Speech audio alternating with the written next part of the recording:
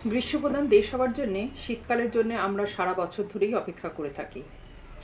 এই সময় পরবো বলে সারা বছর ধরে বছর বছর ধরে আমরা শীতের জামা কাপড় সঞ্চয় করি যে শীতকালে আমরা এই ভালো কার্ডিগানটা পরবো, ভালো চাদর, একটা পছন্দের চাদর, দামি চাদর গায়ে দেবো। শীতকাল মানেই পার্টি টাইম। বিয়েবাড়ি, বড়দিন, নতুন বছর, বিভিন্ন অনুষ্ঠান শীতকালে বেশি বেশি হয়। তার সাথে সাথে কফি খাওয়া, আগুন পোয়ানো, শীতকালের পিঠে পুলি, এছাড়া নানা রকম তেল মশলাদার খাবার কিন্তু এই সময় আমরা বেশি বেশি করে খেয়ে থাকি। শীতকালে রোগভোগের মাত্রাও বেশি হয়ে থাকে।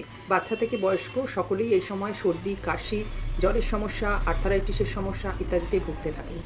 এমন অবস্থায় নিজের এবং নিজের প্রিয়জনকে ভালো রাখতে, সুস্থ রাখতে নিজের প্রতি এবং তাদের প্রতি বিশেষ যত্নবান হতে হবে। শীতকালে বাচ্চাদের সর্দি, কাশি, নাক দিয়ে জল পড়া, কানে ব্যথা। শীতকালে বাচ্চাদের সর্দি, কাশি, নাক দিয়ে জল পড়া, কানে ব্যথা, বুকে সর্দি বসে বুকে ব্যথা, কখনো কখনো শ্বাসকষ্ট হওয়া বা কোনো বাচ্চা যদি হাঁপানি থেকে থাকে তাহলে এই সময় তার প্রাদুর্ভাব বাড়া, এগুলো লক্ষ্য করা যায়। এক্ষেত্রে সিমটম অনুযায়ী aconite, hepar sulphur, pulsatilla, ন্যাট্রামিউর, ইয়ারবাসান্তা, অ্যারালিয়া, mark পট্রো আয়োড, mark বিন আয়োড এই মেডিসিনগুলো বেশি ব্যবহার হয়। তবে যে কোনো মেডিসিন ব্যবহারের আগে অবশ্যই ডাক্তারের পরামর্শ নেবেন। আপনার বাচ্চার সিমটম সিমিলারিটি অনুযায়ী কিন্তু মেডিসিন চুজ করা হবে। বাচ্চাদের যত্ন কিভাবে নেবেন এই সময়? বাচ্চাদের পর্যাপ্ত পরিমাণে জল খাওয়াতে হবে। শীতকাল বলে অনেক বাচ্চাই এবং বড়ও তার সাথে জল খেতে চায় না, কিন্তু পর্যাপ্ত পরিমাণে জল খাওয়াতে হবে। প্রতিদিন ঠান্ডা গরম জলে স্নান করাতে হবে। যতটুকু প্রয়োজন ততটুকুই কিন্তু গরমের জামাকাপড় পরাতে হবে। আপনার শীত করছে বলে আপনার বাচ্চাকে প্রচুর জামাকাপড় পরিয়ে ফেলবেন না। সদ্যজাত বাচ্চাদের পায়ে এবং হাতে বেশি ঠান্ডা লাগে, তাই জন্য পায়ে মোজা এবং হাতে গ্লাভস অবশ্যই দিতে হবে এবং যাতে স্কিন ড্রাই না হয়ে যায় বারবার ময়েশ্চারাইজার আপনাকে লাগাতে হবে। অ্যালোভেরা ক্যালেন্ডুলা ক্রিম লাগাতে পারেন। শীতকালে দিনে এবং রাতের বিভিন্ন সময়ে তাপমাত্রা বিভিন্ন রকম দেখা যায়। যেমন শেষ রাত বা ভোর রাতে বেশি ঠান্ডা, দুপুরে কম ঠান্ডা, গরম ভাব থাকে, বিকেলে আবার অল্প অল্প ঠান্ডা থাকে। শীতকালে দিনে রাতে বিভিন্ন সময়ে তাপমাত্রার তারতম্য লক্ষ্য করা যায়। শেষ রাত বা ভোর রাতে খুব বেশি ঠান্ডা হয়, দুপুরের দিকে গরম, আবার বিকেলে অল্প অল্প ঠান্ডা হয়। শরীর যদি এই ঠান্ডার সাথে মানিয়ে না নিতে পারে তাহলে শরীর খারাপ হয়। শীতকালে ভোর রাতে স্ট্রোকের সম্ভাবনা বড্ড বেড়ে যায়। তার কারণ শীতকালে যে ভোর রাতের দিকে খুব বেশি ঠান্ডা পড়ে সেটা যদি শরীর মানিয়ে নিতে না পারে তখনই স্ট্রোক দেখা দেয়।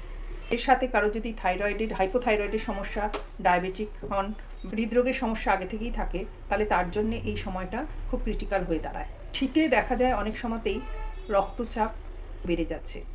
এছাড়া বয়স্করা এই সময় সর্দি, কাশি, হাঁপানির মতো সমস্যাতেও ভুগতে থাকে।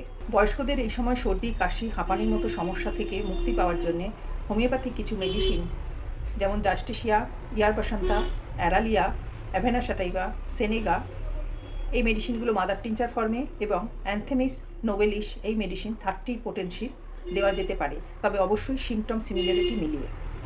শীতকালে কুয়াশা বা ধুলো, ধোঁয়া এগুলো বাড়ে।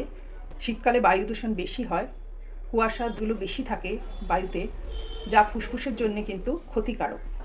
এই সময় বয়স্ক মানুষদের ভোরের দিকে হাঁটতে না গিয়ে বিকেলে হাঁটতে যাওয়াই ভালো। যারা নিউমোনিয়ায় আগে কখনো ভুগেছেন তাদের জন্য শীতের শুরু থেকেই যদি জাস্টিসিয়া মাদার টিনচার 10 ফোঁটা করে 3 বার খাওয়া যায় এবং পুরো শীতটা খেতে থাকা যায় তাহলে এই নিউমোনিয়া হওয়ার সম্ভাবনা অনেকাংশেই কমে যাবে। খাওয়া দাওয়া, পার্টি থাকার জন্য অতিরিক্ত তেল, মশলা, মিষ্টি জাতীয় খাবার কিন্তু বেশি খাওয়া হয়ে যায়। এই সময় প্রচুর পরিমাণে মৌসুমি ফল, সবজি ইত্যাদি খেতে হবে।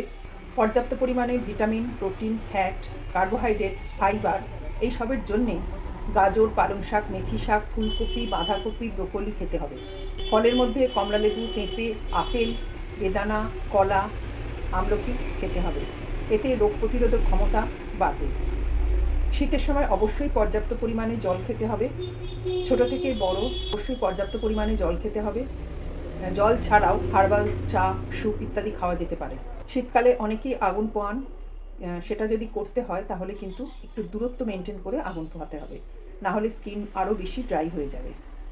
আজ এই পর্যন্তই। ভালো থাকুন, সুস্থ থাকুন, হোমিওপ্যাথির সাথে থাকুন। নমস্কার, ধন্যবাদ।